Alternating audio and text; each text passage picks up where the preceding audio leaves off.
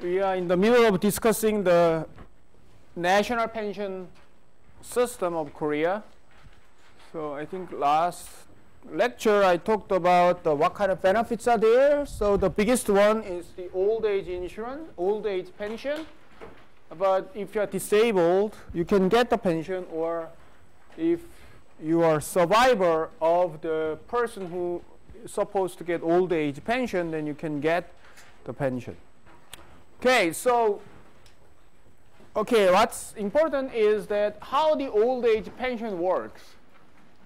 Okay, to get the old age pension benefit, you have to be the one who contributed for 10 years or longer. Okay?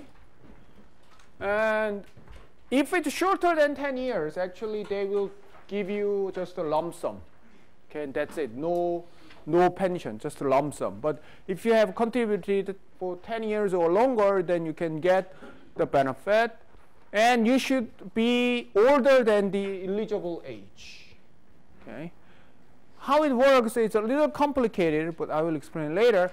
And what happens is that your pension amount will depend upon how long you have contributed.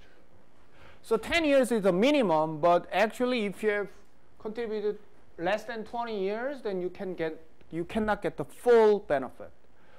To get the full benefit, you should have contributed at least to 20 years. Okay. So when you get a job, okay, it's good to know 20 years is necessary. Normal eligible age is 61. So if you reach this age, then you can start receiving the benefit. But this is 61, but over time, actually, it will go from 61 to 65. So from 2034, those born in 1969 or later, so you guys, for example, gonna be the normal eligible age gonna be 65. So you can expect to get the benefit at age 65, but I don't think it's gonna happen. Probably you will start to get from age 70 or something. Okay, it's quite likely that they will push it to a later age. Okay, that's what usually happened in many countries, because people live longer, right? So if they give you money from while you are relatively young, then the payout gonna be pretty large, right? So when they calculated it, they have a expected so there is a life expectancy, but life expectancy is likely to increase, hopefully. So when you are old enough, probably that you will start getting it later than 65, probably 70. Who knows? So do not expect it from 65. It's gonna change. I'm pretty sure. Okay, but anyway, for the present time, it's 65 for you guys. Now, when you reach a normal age, normal eligible, you get the benefit? No. Actually, there are rules that how you get the benefit. One thing is the earnings test, which means is that from the normal eligible age, and let's say you are 65, okay? So you reach the normal eligible age. But let's say you are still working, okay? And earning enough income. Then what happens is that they will give you reduced benefit, not the full benefit. Okay? From 65 for 5 years, from 65 to 70, there is an earnings test. So if you earn enough, the idea is that if you earn enough, then you will get the reduced benefit. And how they do the earnings test, basically what they do is that they check whether you are earning more than the average of the insured persons for last 3 years. So in this year, it's about 2.1 million won per month. So if you earn more than 2.1 million won per month, okay, at this moment in time, let's say there is an elderly person who's, let's say, 62.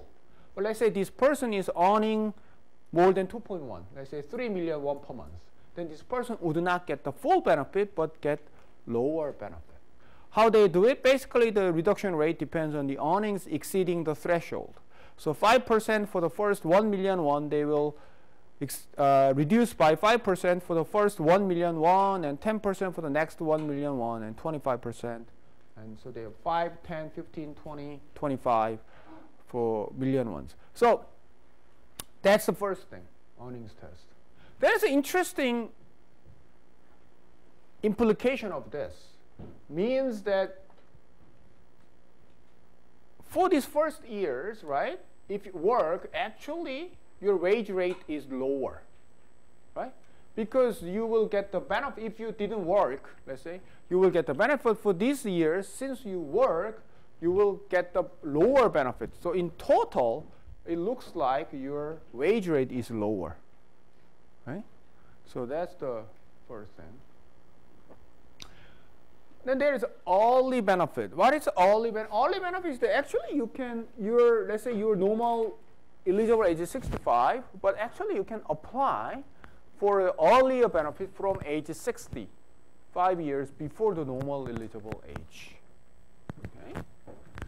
So let's say you don't have any income. Let's say the income in this case actually means that let's say you are earning less than this amount, 2.1 million won. First, that's the first condition. You should be earning less than this. And you have contributed for 10 years or longer, you can claim the benefit. Okay? And, okay, that's okay. But what happens is that your pension amount will be reduced for your rest of your life. Okay? So you start getting it 5 years prior to normal age. So your normal age is 65. Let's say you started getting it from age 60. Then you will get the 70% of what you would have gotten if you haven't applied for early benefit for your rest of life. Okay? So you will be 30% lower amount, but you can get it 5 years early. Okay? And if it's 4 years earlier, then 76%, 3 years, 82% in this way. So you can apply for early benefit. Okay? And there is a delayed benefit. Basically, it's kind of opposite. Delayed benefit is that you can actually choose to delay starting the pension amount, starting the receiving of the pension. So let's say you are age 65, but you're saying that, okay, I have my own money, I can wait, so I just, say that I will get it 2 years later, from, 2 years later, or 3 years later. And actually you can choose the portion. 100%, I can delay 100%, from 50% to 100%. So I get half, but for the half, I will get it from 5 years later. Okay, that's possible. What happens? If you choose to delay the benefit, you will get interest on it. Okay. So the rule seems to be quite simple, but actually the way it works is quite complicated. There's earnings test, there is early benefit, as well as delayed benefit. So depending on the economic situation and their preference, okay, the individuals may choose, different ways. So if, let's say, if you want to retire early, then you can get the early benefit, okay, and retire on the money, for example. But let's say you have enough income, then you can try to delay the benefit. Let's say if the interest rate is good, then you can actually get, it's 7.2% of interest. That is quite high. Okay? So if you have, let's say, enough wealth, then there's a strong incentive to delay the benefit. So wait until age 70 or something like that. Or you can actually have like earnings test. So it is likely to reduce the effective wage rate. Okay. Now, how much you get? Actually, it's difficult to predict because for you guys, actually, you will know when you are close to your actual age. But there is there's a table. This expected normal age pension benefits. So this is the idea that let's say you started insuring in January 2016. Okay? Let's say you have made 30 years of, so it's like a 2046 at least, right? you are talking about 2046 or later. But the formula is fixed at 2016 levels. But actually, if you reach an age of, let's say, 65, which is like for you guys likely when? About 40 years later, okay? The formula will be different. It's likely to be different. Probably the formula will change dramatically. So you don't, actually it's not a good idea to look at this, but it shows how the formula works. The formula works basically, it depends on your average base monthly income. Okay, so basically there is a linear increase. 280,001 is the minimum, and 4,480,001 is the maximum. Okay, so that is the amount. So how much you get? So it's for example like let's say everything is fixed at this level. Then if you have contributed if you have earned 4.2 million won every month for 30 years, then what you expect to get is about 1 million won per month. Okay, so that's the is it true? Yeah, about 1. So it's about what percent? About 25% or a little less. Okay, so you can expect to get about 25% or actually lower than 25% of your monthly income, okay, after you retire. Let's say if you have only this income. Okay, so this is the replacement rate. Okay, so as you can see, the replacement rate is quite high for low-income individuals. So it can be like 100% for those minimum, and then actually drops quite quickly. Okay? And then I said that if you have, let's say, higher income, your replacement rate gonna be quite lower. Okay, around 20%. Okay? So the thing is that if this formula goes on this way, if you're a high-income individual, if you don't have your own savings or anything else, right, your income gonna be about 20% of your income before you retire. Okay, so that is not that big amount of money, right? If you think about it, it's only 2. So your income drops by 80% when you retire. Okay, I mean, let's say if you're in the middle, I mean, it's gonna be, so it drops very quickly, this replacement rate, as you can see. So if you're on, let's say, more than 2 million won, so lower than 40%, which means that old age pension, okay, covers, in a way, it's just the minimum, okay, of your income in your old age. So old age pension is not designed to be the only source of income for the elderly population. The idea here is that this is just the minimum, very basic coverage, not your full coverage. Okay, so I advise you, when you get a job, okay, you have to plan for your retirement early.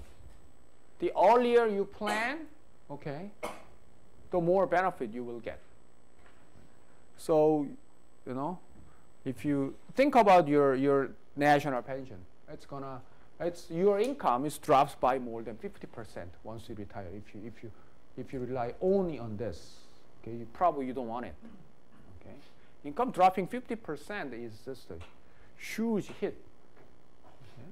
So you have to think about your future quite early. So obviously, there is a reason why for example, the Korean government is is giving the tax incentives to long-term savings. Okay, for example, in Korea's case, if you have a long-term saving, then your tax can go down quite quickly, or you can buy like your personal pension programs and those things. Okay. So all those things basically tells us that national pension is just the minimum. Okay. Okay, disability benefit is the basically payer if an insured person becomes disabled, okay, before reaching the normal age. So depending on how severe your disability, that it can be like from 60% to 100%. Okay? So there are some rules there. This is another interesting feature of the pension program, disability benefit. Actually, we don't have much evidence in our country, but in many countries who have longer history of pension, they found out that disability benefit seems to increase people who are disabled. Okay? Meaning that more and more people claim disability benefit. Okay? It seems like people are just become disabled, okay, somehow. So there is a very interesting research about the effect of disability benefit. Okay? So, but we are not going to talk about that much. So survivor pension. Survivor pension is the payable to the dependent survivors. It could be spouse, children under age 19, parents over age 59. Okay. If the insured dies, okay, it's 40 to 60%.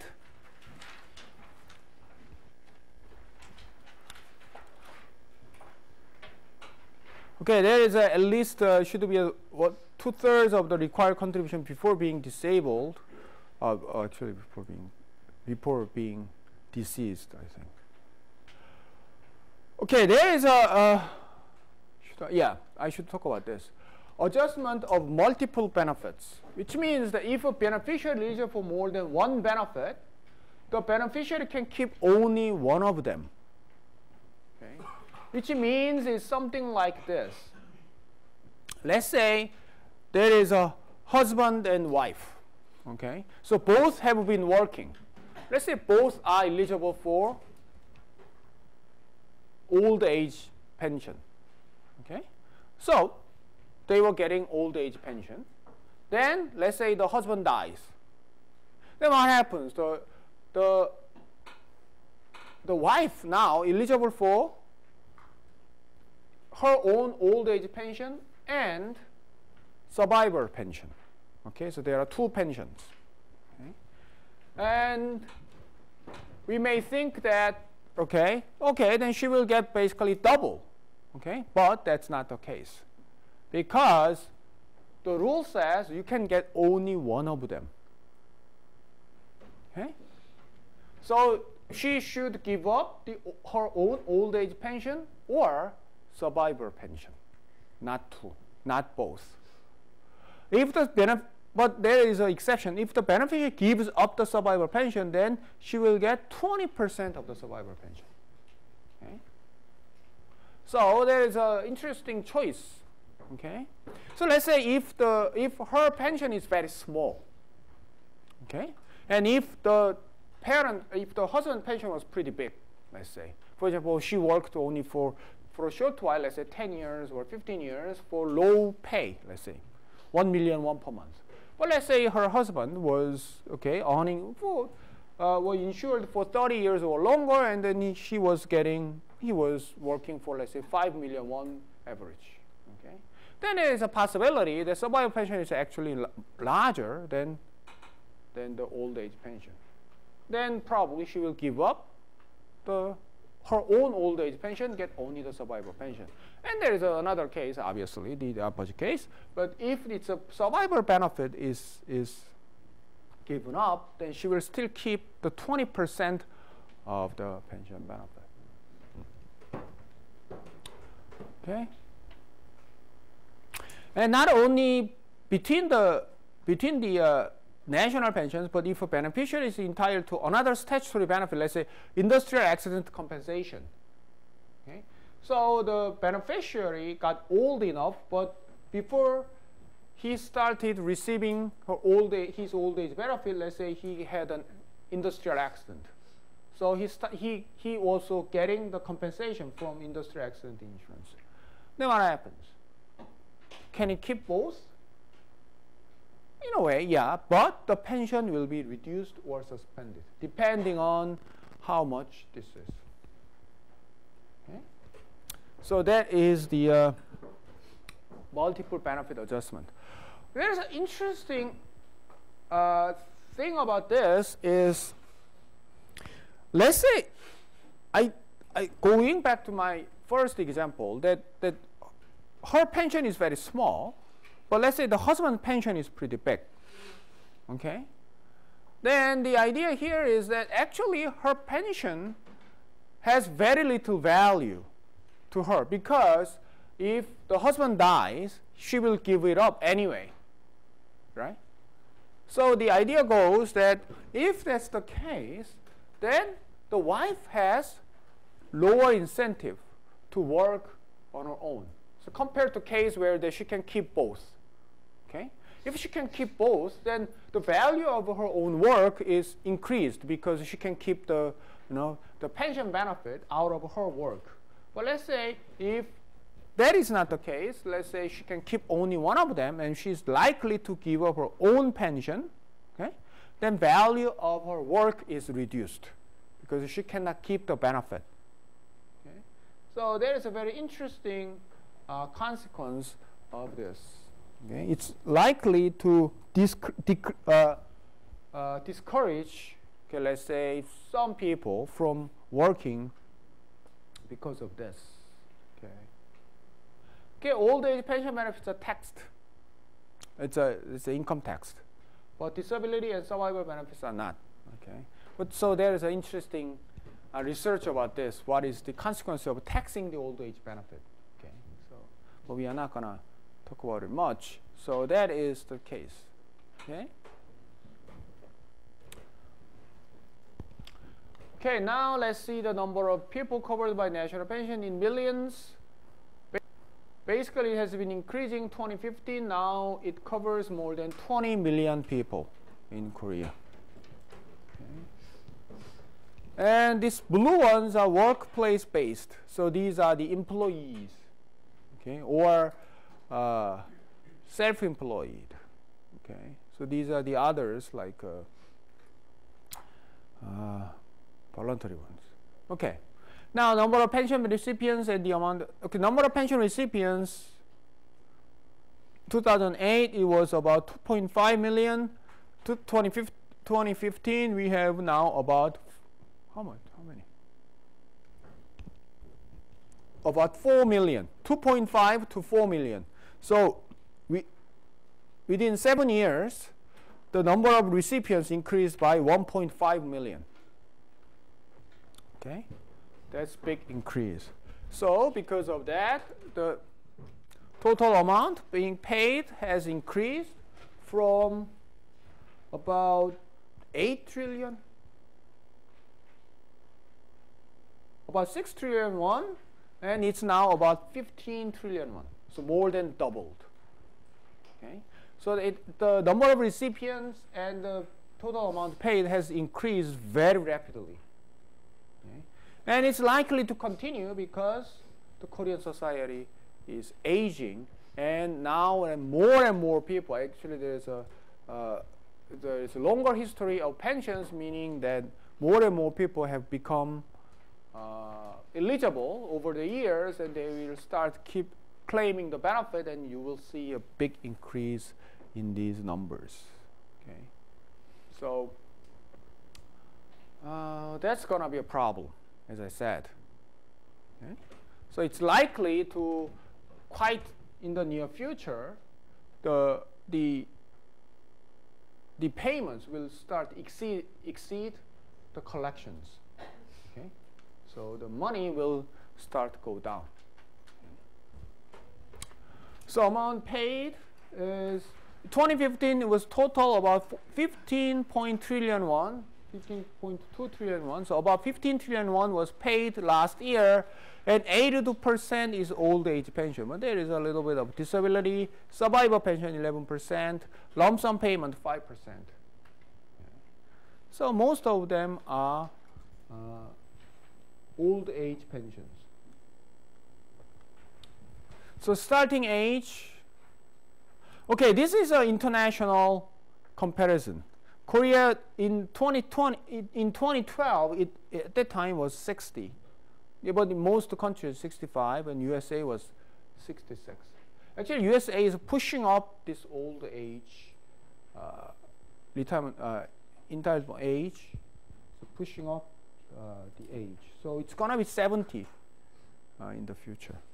So that is a median income earner replacement rate in Korea's case 43% median income earner, but Denmark is very high, okay, and a lot of countries around 40%.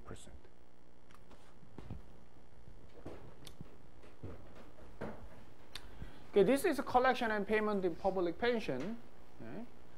So 2011, 2009, there is not much of data. Korea is pretty much even. The Germany has a lot more payments. Most of the countries have a lot more payments. It's not surprising. You have longer history, okay, and people are older. So, okay, now let's do some theory. Okay. Now, the first thing, I think I mentioned yesterday, there is a big debate about public pension. The idea here is that the individuals should determine how to use their own money, right?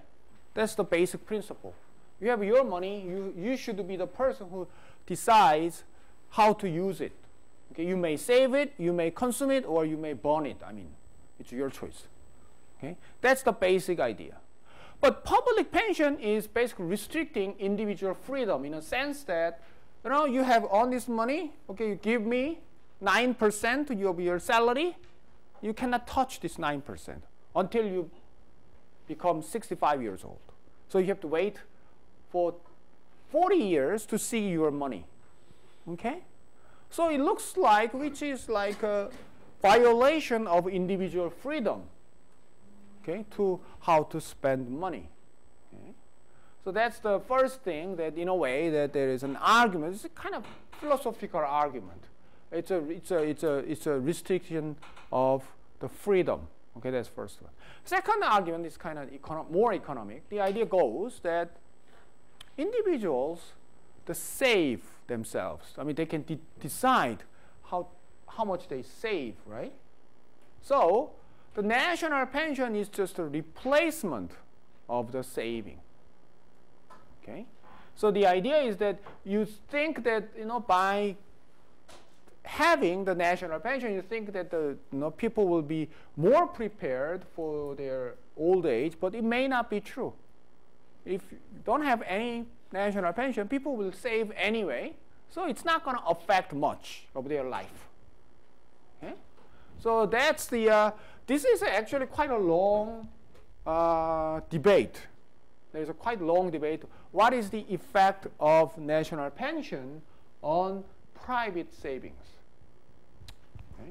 The national pension would be just a replacement of it, or it could be something else. Okay? So that's the thing that we're going to talk about here. So effects of public pension and saving for retirement. It's a saving for retirement. Okay. Now, to think of, so here what we are going to do is basically the idea is that let's introduce national pension. Okay. Then what happens to individual savings behavior? So that's the idea that we're going to talk about. Okay. So to think about this, we need a simple model. So in this model, we assume there are two periods. Okay. And in the first period, you work, and in the second period, you retire. Okay? So it's a very simple model. Okay, now let's define the individual utility function. Basically, this is just the sum of utility in period 1 while you work, and utility in period 2 while you are retired. So UC1 plus VC2. And U, V, and you can think that there are two different utility functions where CT is consumption in period T, and T is 1, 2. Okay? A simple idea.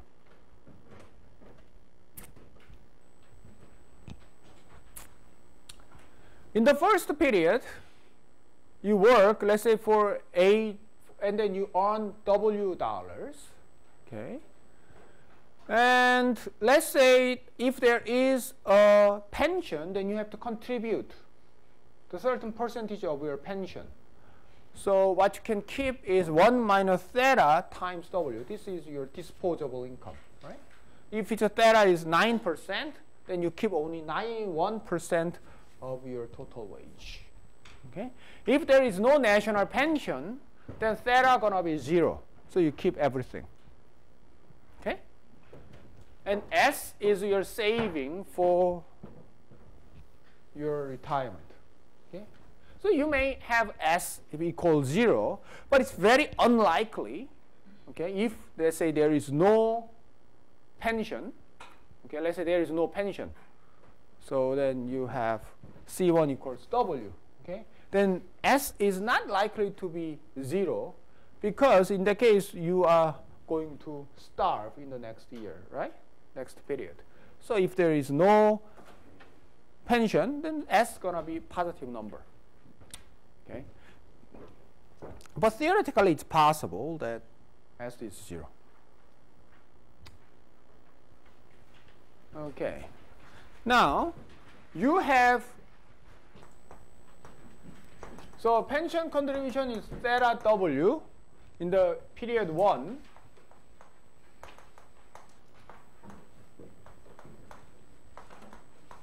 In period 2, you will get the benefit out of your pension contribution, right? So we call it B. And B is 1 plus rho theta W. So rho is the rate of return to your pension contribution. Okay?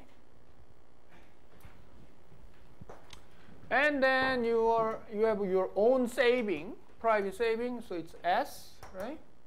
And in the next year, next period, you will get 1 plus R S. Okay? So R is the rate of return to your private savings. Okay? Get that? So in the next year, and in the second period, since the individual doesn't work, the individual's consumption should be equal to the savings, own saving plus the return to the saving, plus his own pension, plus the return to the pension. Okay, so that's C2. Get that? The simple model. Okay, we assume that S is 0. S cannot be negative. Okay, theoretically, S can be actually negative. Means what? Means you don't save, actually you borrow money from your future income. Actually, it should be possible in theoretically, but we are just restricting that it cannot be possible. So this means basically we are assuming there is no borrowing against future public pension. Okay? So you cannot use your pension benefit as collateral. Okay? Actually, that's legally not possible. For example, you go to bank, okay, and then let's say you want to have a loan, okay, and then the bank may ask you collateral that then you cannot use your, okay, I will get my national pension, so I will use that as my collateral. That's not possible. Okay? That's not legally possible. Okay? Probably you can do it in some underground market, but it's not possible. It's not legally possible. So we assume S cannot be negative. You cannot borrow. Okay, you can only save in this model. Okay, then individuals will choose S to maximize the lifetime utility. The lifetime utility is going to look like this. We just replace C1 and C2. C1 is equals like 1 minus theta W minus S, and C2 is just 1 plus RS plus 1 plus rho theta W. Now, if you look at this, it seems like quite a complex equation, but actually that's not. It's not. The only thing the individual can choose is S, how much to save. Everything else is fixed. W is fixed, theta is fixed, R is fixed, rho is fixed. Okay? So there is no choice. The only choice is S. So it's actually a very simple model. And we just call S star theta is the optimal private saving given the contribution rate theta. So we have some like a function, saving function, optimal private saving function which depends on theta. So S star 0 is the optimal private saving without public pension. Okay? If the theta is 10%, then we have S star 0.1 and 0.2, something like that. Okay? And okay, then from individual point of view, the total savings have two parts. Okay? One is the pension contribution. It's, in a way, it's just a saving. You know, it's another form of saving. So this, you can call it like a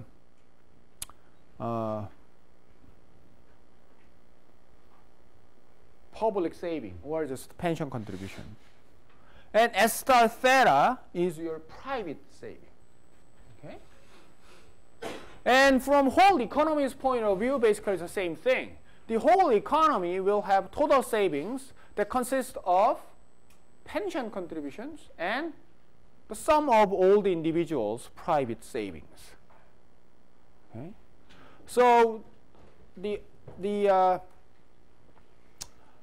here the basic debate is how this and this is related. Okay? And because of that, how the total savings will change. Okay? For example, if theta W goes up by, let's say, $1, then this saving goes down by $1, right? Let's say they are just try this offset exactly. Then the case here is that even if we have a pension, total saving doesn't change anything. Okay? Or it's possible that theta W increases, but S star theta doesn't change, or it goes down, but not as much as theta W, then overall total saving will increase in the economy, right? Or it can be the other way. Theta W goes up, but S star theta goes down more than theta W, then total saving gonna decrease in the whole economy. Okay? So there is actually, there are different combinations. So as I said, there has been a lot of debate of what is the effect of pension on total savings. It's going to increase, decrease in relation to the private savings. Okay. Now, let's think of a very simple, let's start from very simple case. Assume no pension. Okay? Then this should be the case. Okay. So there is this is a first period's income. So the income when the consumption while young, and C2 is a consumption while old, right? So the individual will choose optimally the amount of C1 and the amount of C2. How to do it? Basically to maximize his or her lifetime utility. So we have indifference curve. Okay. Now, obviously, in the first period, C1, the consumption, the maximum consumption the person can get is W, right? If he or she consumes everything in first year, then in the second period, year or period, I just use interchangeably. In the second period, the individual wouldn't have anything. Okay. But if he or she doesn't consume anything, then she will get 1 plus R times W. So that this is the budget constraint. Okay? So budget line, then she will choose something. And basically in this case, we can see that E star is the optimal choice, and then we have C1 and C2. Okay? So nothing surprising. Obviously, it shows that it's very unlikely that this individual will consume everything in the first period or consume nothing in the first period. The corner solution is likely to be, it's very unlikely. Okay. Obviously, that should be the case. Now, let's introduce, a pension. Okay, now how we introduce it? Okay, the thing is here. First, let's assume for the time being here, rho equals R. Okay? Means the rate of return to public pension is equal to the rate of return to private savings. Okay? So this is, we call it actuarially fair pension. Okay? So your rate of return is basically the same as private savings. Get that? If we introduce pension, then the individual now in the first period cannot consume up to W, consume only up to 1 minus theta W. Okay? And then in the second period, the individual will, the minimum the person can get is 1 plus R times theta W. Okay? Now what happens here is that what is interesting about this is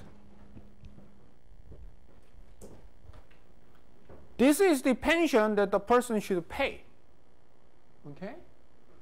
And this pension amount is, okay, I should go to, okay, now the savings, WC1 star W, this is the saving the person would do without any pension. Okay? So this is the private saving. So in this first case,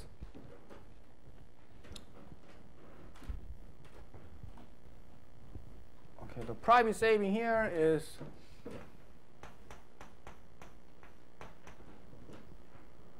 let's say C1 star W, right? The length between C1 star W is S star 0. Okay. And then we introduce a pension, and then this pension amount, theta W, is smaller than S star 0. Right? Okay. Let's say this person was saving 15% of her income. And the national pension is introduced and says that 9% of your income should go to national pension. Okay, so this is kind of case. Then what happens? Now, if you introduce this one, what happens is only here, right? Okay? You have a budget line, but now the budget line does not go to all the way down. The budget line basically stops at here. Okay? Then what happens to the individual's optimal choice? What would be the individual's optimal choice? What's the individual's optimal choice now? Just still E star. You shouldn't change anything. Okay? Get that? So what happens? S star theta is just S star 0, right? Minus theta W. Okay? Got that? So, total savings, let's say TS is total saving. Before pension is introduced, okay? That's S star 0, right? It's a before pension.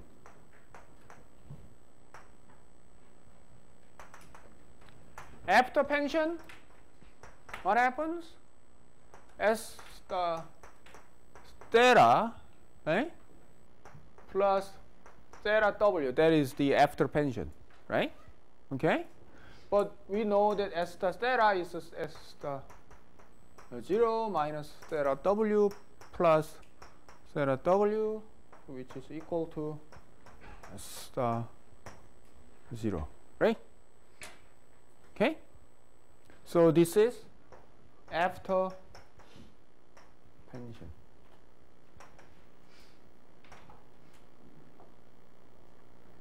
Okay. So what happens to total savings? What happens to total savings? Nothing. Actually, it didn't change anything. Okay? So that is the very simple case Okay, so there are assumptions here. One assumption, first assumption, rho should be equal to R. Okay, the rate of return on public pension and rate of return on private savings should be the same. That's first assumption. Second assumption is that the individual was saving more than the public pension contribution amount.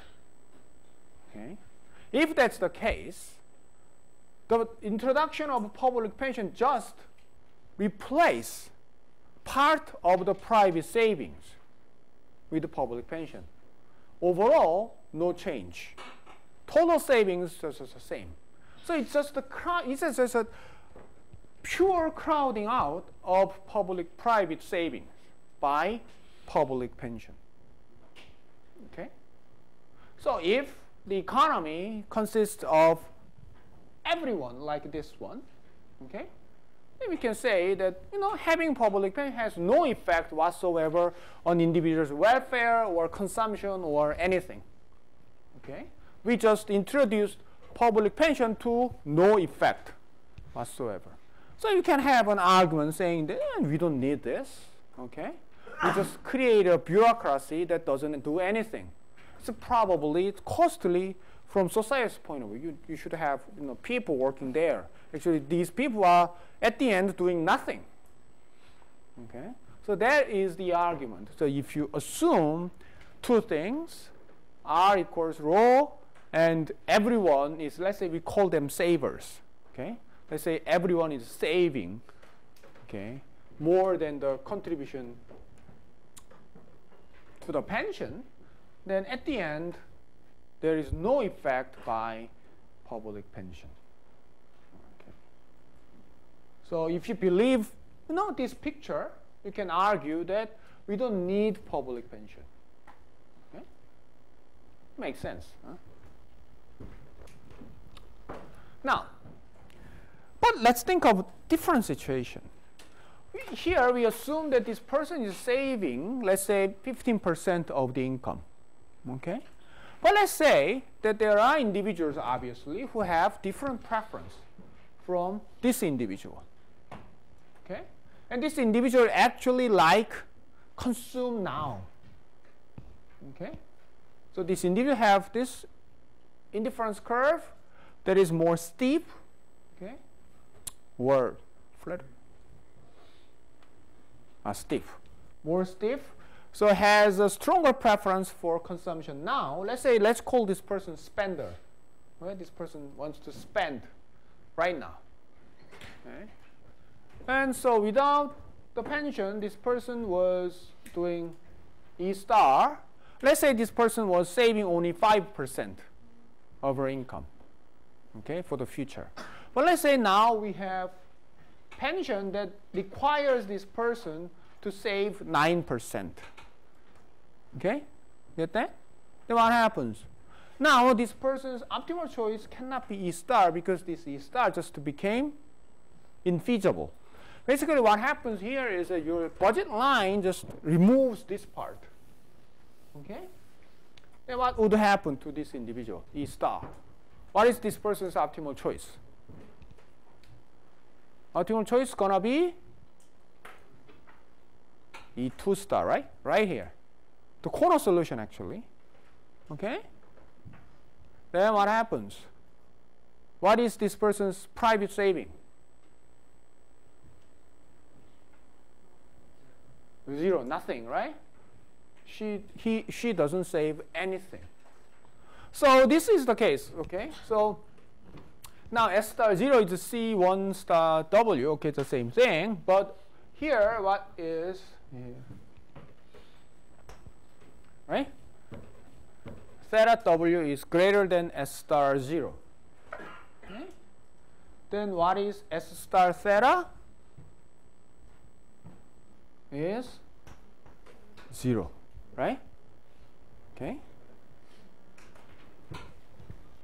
So total saving was S star 0, right? Now what is the total saving? S star theta plus theta W, but we know that S star theta is 0, right? Okay? Talking about second case. Plus theta W, right? So it's going to be theta W, which is actually greater than S star 0, right? So this is after.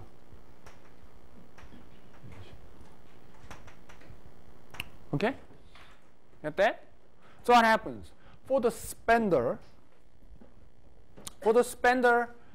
two things happen. One thing, the spender will save nothing. Okay? However, the spender's total saving will increase. Okay? She was saving only 5%. Now, she doesn't like it, but she has to save 9%. Okay? So her total spending, total saving will increase. Okay? And she will be unhappy, obviously, because she cannot consume as much as she wants. Okay? So her actual utility is lower. Her welfare is harmed in the sense that she is forced to save too much. Okay? In terms of total saving, it will increase. So if there is a society that is consists of spenders, this spender society will have total saving increase after introduction of public pension. Okay. So it's likely that what it says is that it's basically composition of spenders and savers in the society that it will determine how the total saving will change.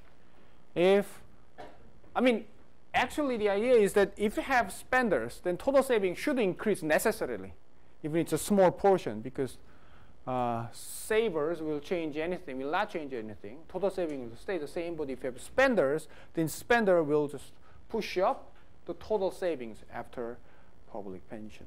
Okay? So the idea goes that if you have spenders in your economy, then total saving should increase in total. Okay?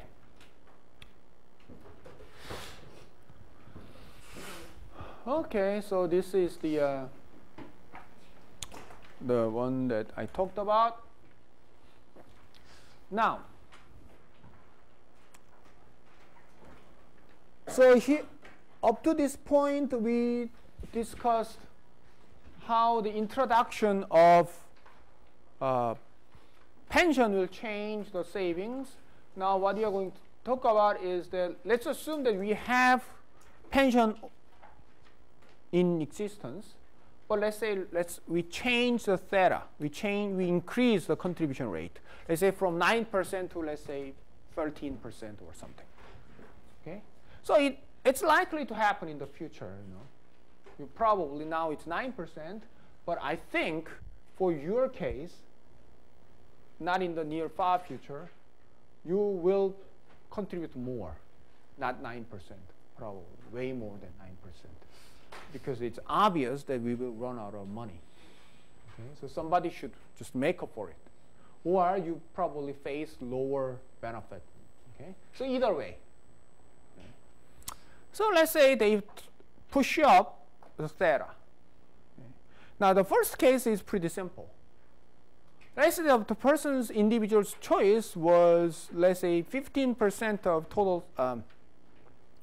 So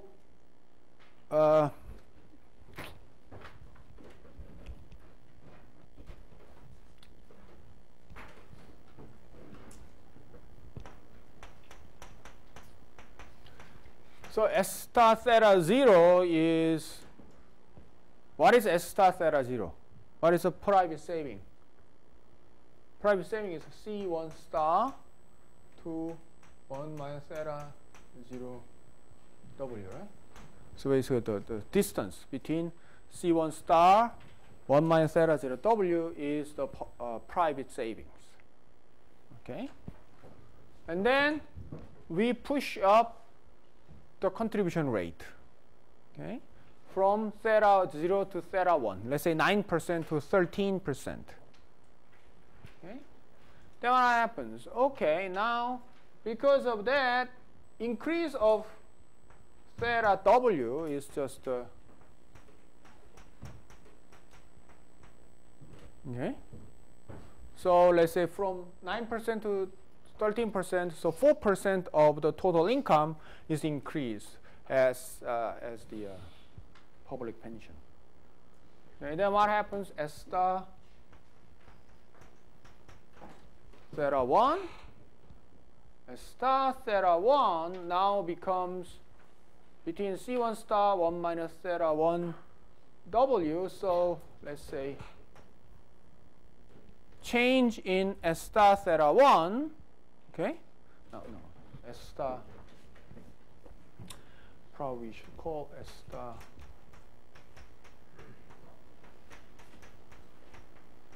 okay? So S star theta 1 minus S star theta 0. Okay? What is it? How the private saving changes? It was this. Now it is this. Okay? So reduced by this amount. Okay? Which is equal to delta theta W. Right? Okay? So reduction in savings is exactly the same as increase of pension contribution, which means it just offset exactly. So basically same thing. Okay, this person was saving, let's say, 10% of her income as her private saving, and paying 9% as the public pension contribution. And then let's say the government says now you have to pay not the 9%, you have to pay, let's say, 15%. Then what happens? She will pay 15% the public pension contribution now, and then she used to save 10%, but she will just save 4%. Okay? So 9% to 15%, 6% increase in pension contribution, and then this 6% will be exactly reduced from her private savings. Okay? Again, no change. Okay? So change in the contribution rate does not affect her behavior. So exactly offset. So it's the same as the first case. So this is what I just said. Okay, the assumption is rho equals R, right? S star theta 0, and says theta 1 is this. Increased contribution is offset exactly by decreased private savings.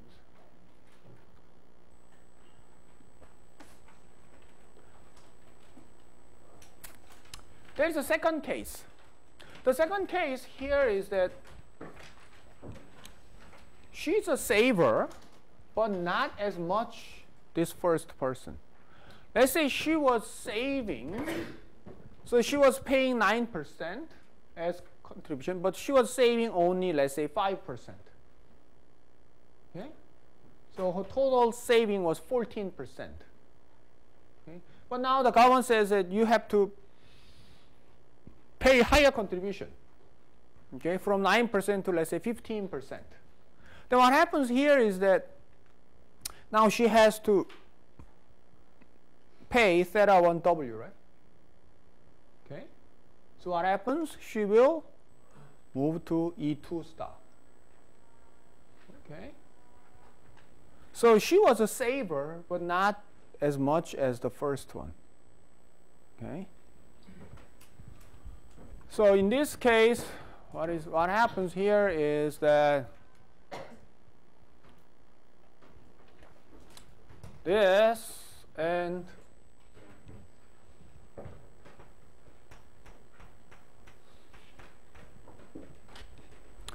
what is her S star theta 1? What is her S star theta 1? What's her, in this case, what's her private savings?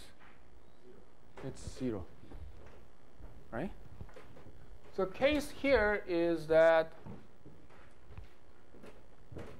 the assumption here is, I think we should make this.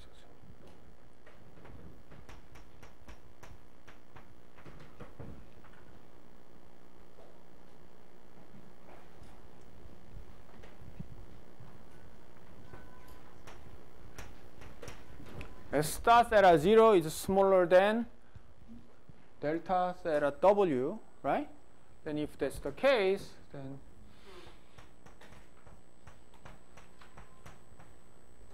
it'll be 0. Okay?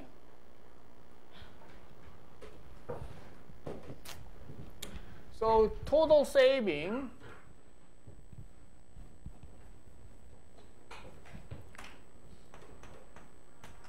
in theta 0 was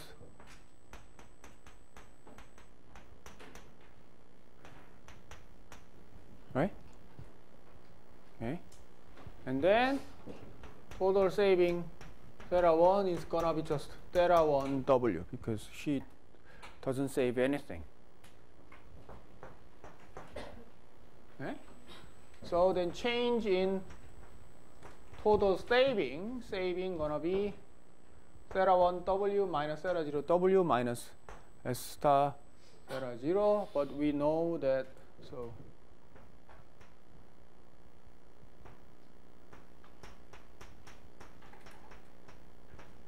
right, but delta theta W.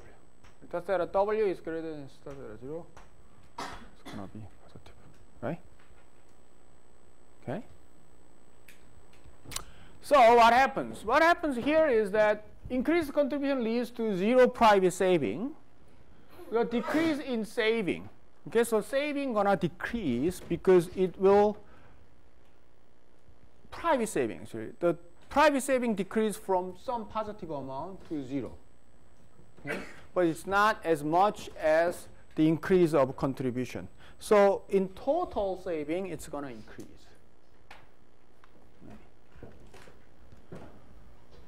So this is the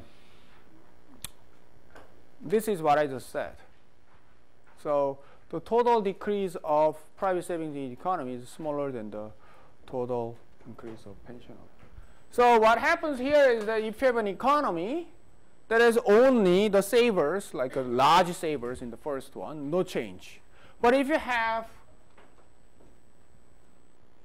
spenders or savers, but the small savers, okay, what happens here is that your total saving gonna increase. Okay, so this is a counter argument in the sense that in the first when the debate started, the debate goes something like, you know, the pension will just crowd out private savings. Okay? But that argument works only when the economy consists of large savers. Okay? But in, let's say, in more diverse case that we have spenders and small savers, and when we introduce public pension, then total saving will actually increase. Okay, that's what. So it will crowd out the savings of, let's say, some groups of individuals, savers, but it does not crowd out. It does not. It's just not one-to-one offset by increase of public pension. Okay, I think we should stop here and then continue next lecture.